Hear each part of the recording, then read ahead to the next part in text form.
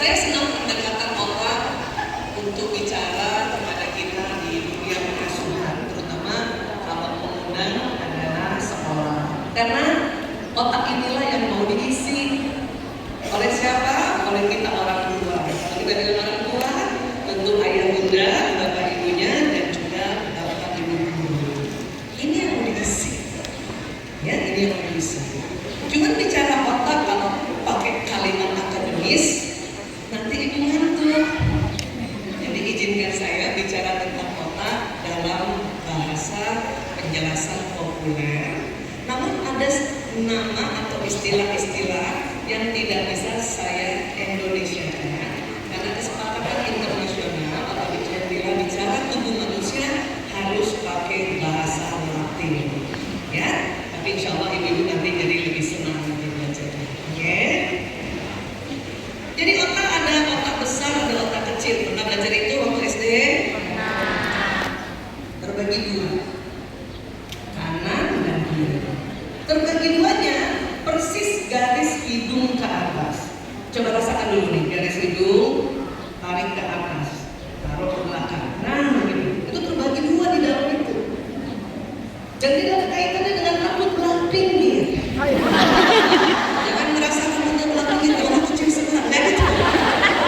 Bahkan yang nggak punya belahan rambut pun Allah ciptakan otak terbagi dengan kanan dan kiri. Ya. Ada apa dalam otak?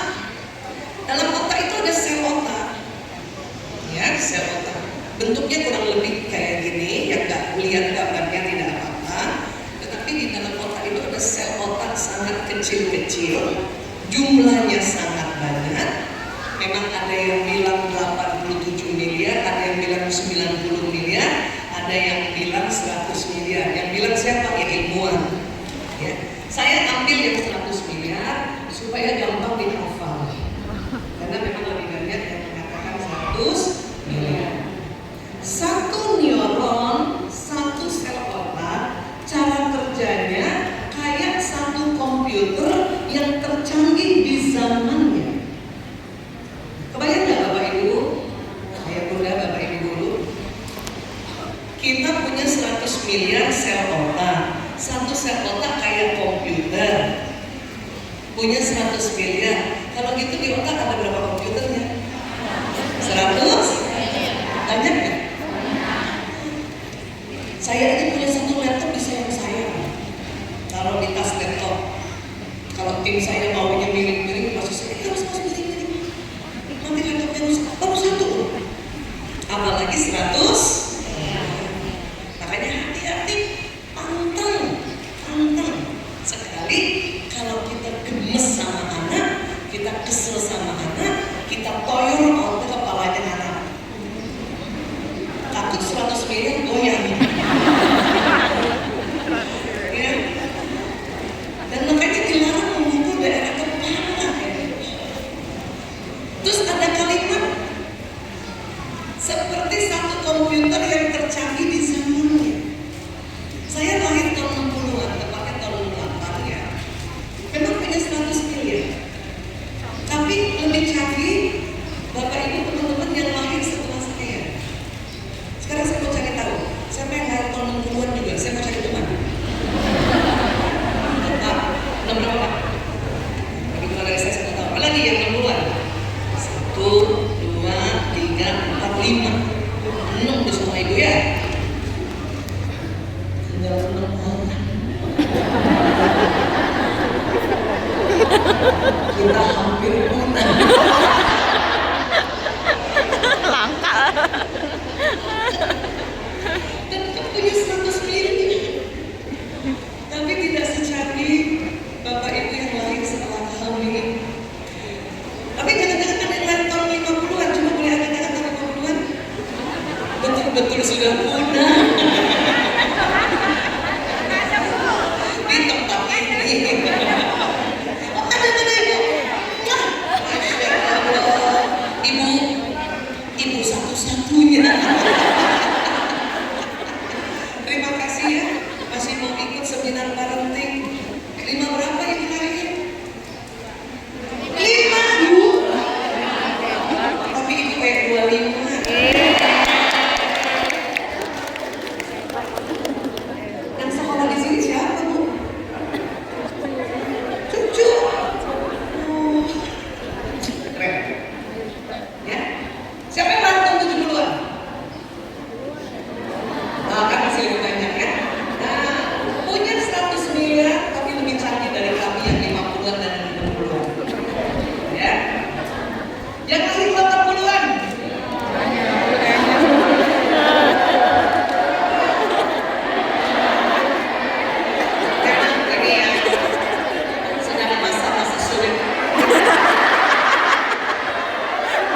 Umat. Rajin seminar.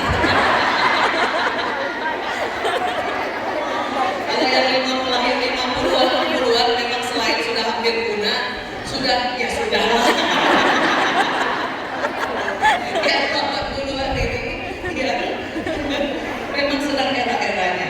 Dan teman-teman yang lahir 80-an, Anda juga punya 100 miliar kurang lebih dan lebih canggih dari kamu. Masya Allah. Ya. Yang lahir 90-an.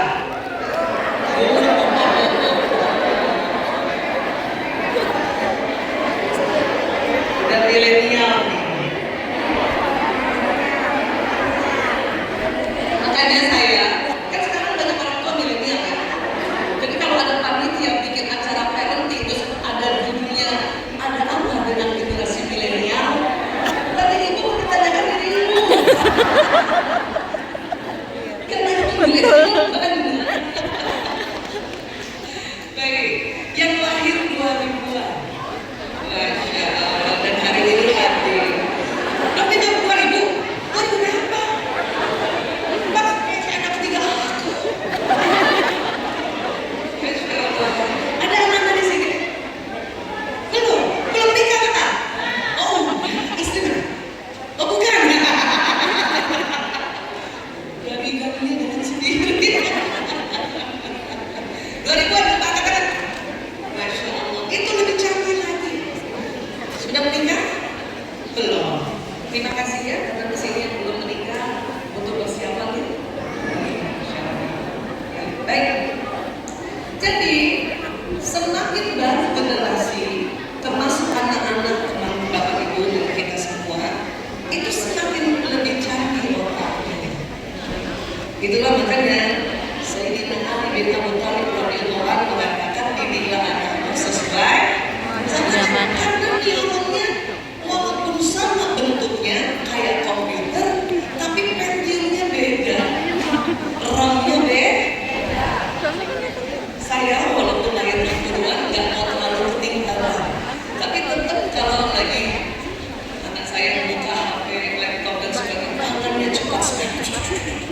Saya kadang-kadang sebentar pelan-pelan. Terasa gitu ya? Yang lahir 20, 70 ya? Memang kami yang lahir 50, 60, 70 tidak canggih, tetapi tangguh.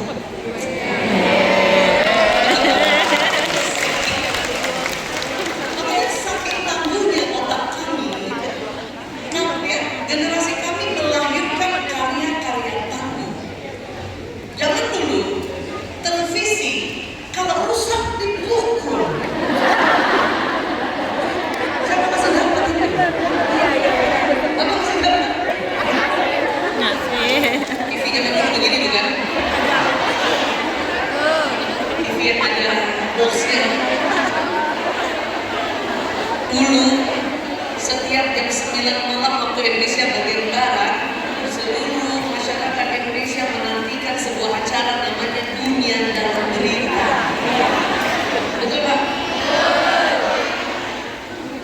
Suatu ketika saya nonton Dunia Dalam Berita yang membawakan acara Tuti Aditama, goyang-goyang.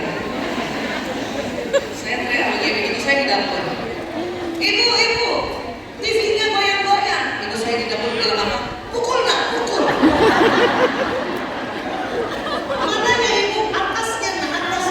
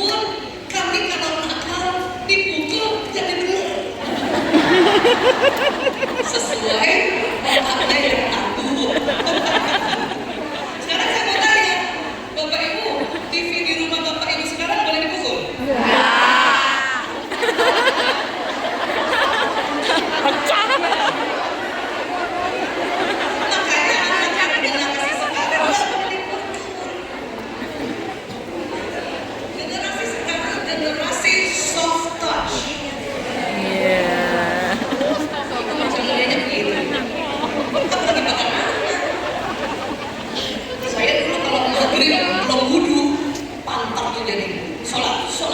Tapi nggak apa-apa, nggak marah. Nah, kami memang begitu kan. Tapi sekarang nggak bisa begitu teman-teman. Anak sekarang soft touch. Ayo soft touch. Jalannya galak. Sekarang. Oh, sampai sini teman-teman. Kok anak beda? Iya beda. Nih, waktu saya dihamilkan ibu saya, pada saat ibu saya mau makan sayur asam, ibu saya dalam kondisi hamil misalnya, dalam kondisi hamil, ya,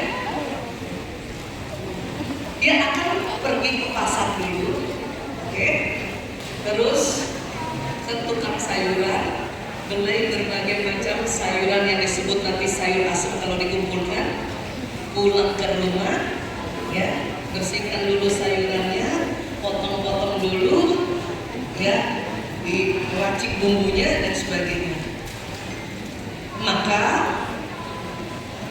bayi yang ada di rahim seorang ibu yang pada saat itu mau makan sayur asam aja mempunyai effort yang tinggi, maka apa yang dilakukan di ibu itu terekam di otaknya janin. Bisa paham kenapa setiap era walaupun hamilnya sama 9 bulan lebih, jumlah sel otaknya sama 100 miliar, tapi ada perbedaan tentang bagaimana ya daya tampung memori otak tersebut. Kebayang nggak kami yang lahir 50-an, 60-an, 70-an lahir dengan bayi yang tangguh karena hanya makan sayur asam saja banyak banget effortnya. Sekarang kalau ibu hamil mau makan sayur asam gimana?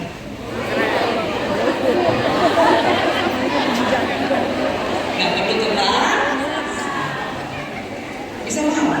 Kenapa mengerti kan? Bahwa otak bisa sama, tetapi era karena era berbeda mempengaruhi program otak pada janin di saat itu. Ya. Dan tidak perlu juga kita mencela generasi baru. Saya paling pantang mencela generasi baru. Stop untuk bilang generasi baru anak-anak kita itu sebagai generasi matching. Stop. Karena yang matching itu saya. Iya betul. Anak kita itu generasi kalbi jamur. Tolek.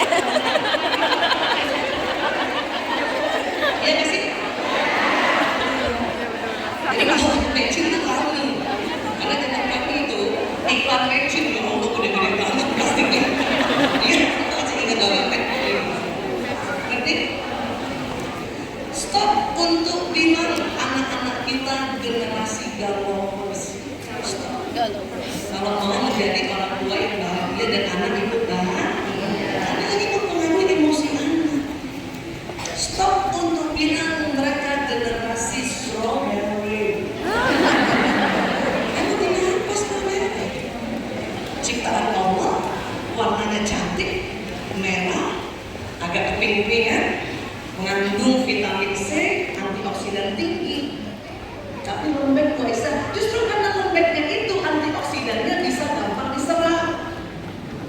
Itu kalau stroberinya yang keras kayak batu, susah menyerap antioksidan. Mau teman-teman, jadi stop untuk bilang itu. Karena anak sekarang bilang, aku kan nggak tahu kalau lahir tahun 2000-an. Ya nggak sih?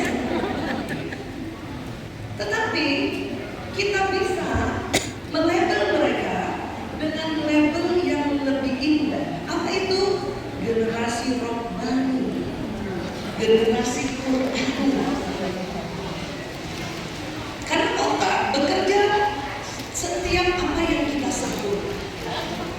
Saya melihat adik-adik atau anak-anak saya lulusan Al-Azhar sekarang itu lebih keren dari kami. Iya kan? Sekarang anak-anak ya lulus SMA di satu Al-Azhar tertentu yang mungkin beda-beda nanti kebijakannya harus bisa hafal 30 juz kan? Kami dulu standarnya lebih rendah, lulus SMA hafalnya hanya juz 30. Makanya sekarang lebih Qurani dan anak sekarang lebih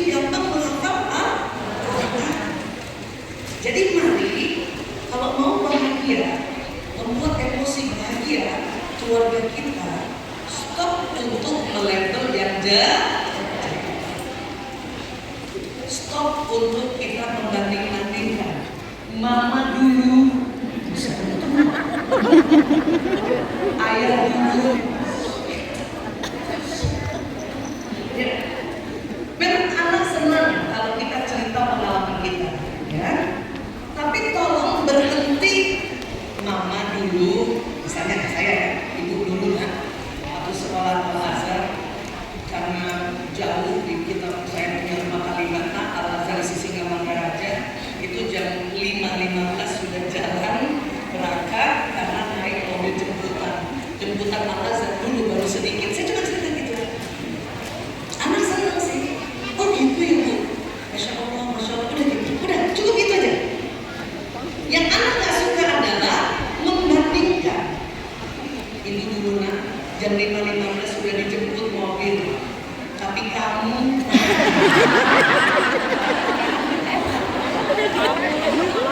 Maksudnya kan biar bersyukur gitu ya. Mau jadi apa kamu?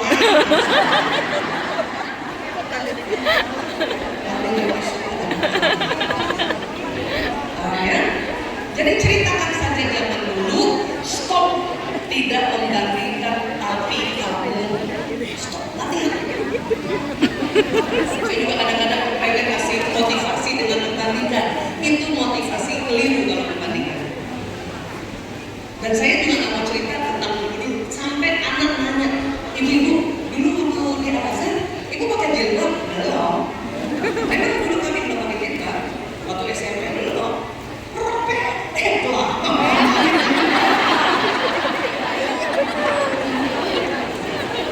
Saya pakai jilbab 2 SMA, waktu itu satu sekolah SMA, satu kelas cuma 3 orang, belum kayak sekarang. Cerita aja, karena dulu belum ada anjurannya seperti itu. Ya, udah gitu, nggak usah lagi. Tapi kamu, tahu ya Bu? Nah, ini yang membuat emosi anak akan menjadi aman dan nyaman apabila ketemu ayah bundanya. Dan setiap ketemu tolong tahan untuk tidak tanya, udah belajar. Itu yang bikin anak malas. Pasti nanya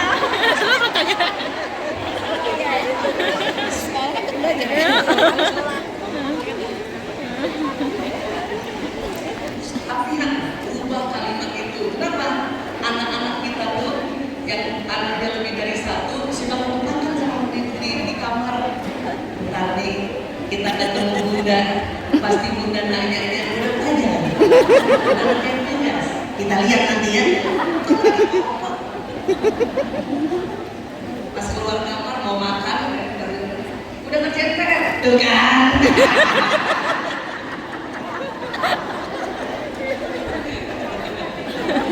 Makanya dari orang tua itu harus modifikasi Bu, variasi dengan ibu-ibu terus ngomongnya, cari ya supaya otak juga makin tersambung baik. Kenapa? Otak kita yang 100 miliar itu di dalam otak akan terjadi sambungan seperti ini. Ini namanya koneksi neuron. Saya kenapa agak berhenti sebentar tadi? Ya, buat teman-teman yang tuntut saya sengaja berhenti. Kenapa saya mau lihat ruangan? Sampai sini kan saya mau lihat. Nah, pada saat saya begini nih, karena baru pertama saya kesini, otak saya tersambung interior masjid ini. Di dalam juga gitu. Saya langsung mau lihat itu, itu begini, Masya Allah bagus banget ya. Ketemu teman-teman saya, sebagian berhenti beberapa detik salaman, cium itu, ya begitulah kerja. Karena kerja otak sebelumnya tidak tersambung. Ya, misalnya Bapak Ibu adalah satu sel otak, kan belum tersambung ya. Nah sekarang angkat tangan lagi coba. Sentuh teman yang sebelah. Nah kayak gitu lah sambungan otak. Artinya otak manusia awalnya belum tersambung. Nanti pada saat dia melihat sesuatu, mendengarkan sesuatu, menghidup sesuatu, mengucap sesuatu, mengucapkan sesuatu, melakukan sesuatu, kita sambung bersama. Jadi 100 miliar itu potensi sel otak yang belum tersambung.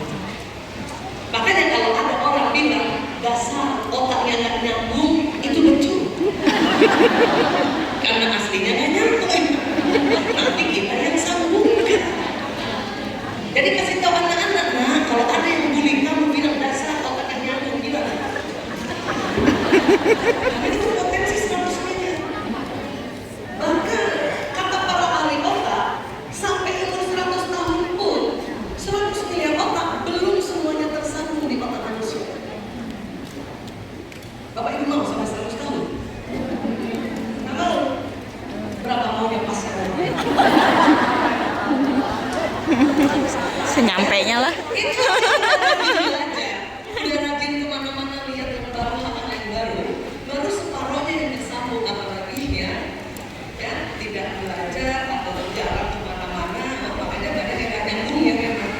Itu kerja otak dan itu potensi. Ya, jadi otak manusia pada saat kita melihat sesuatu, mendengarkan sesuatu, menghidup, mengucapkan, mengecap atau melakukan sesuatu, semuanya akan terekam di otak manusia lewat sambungan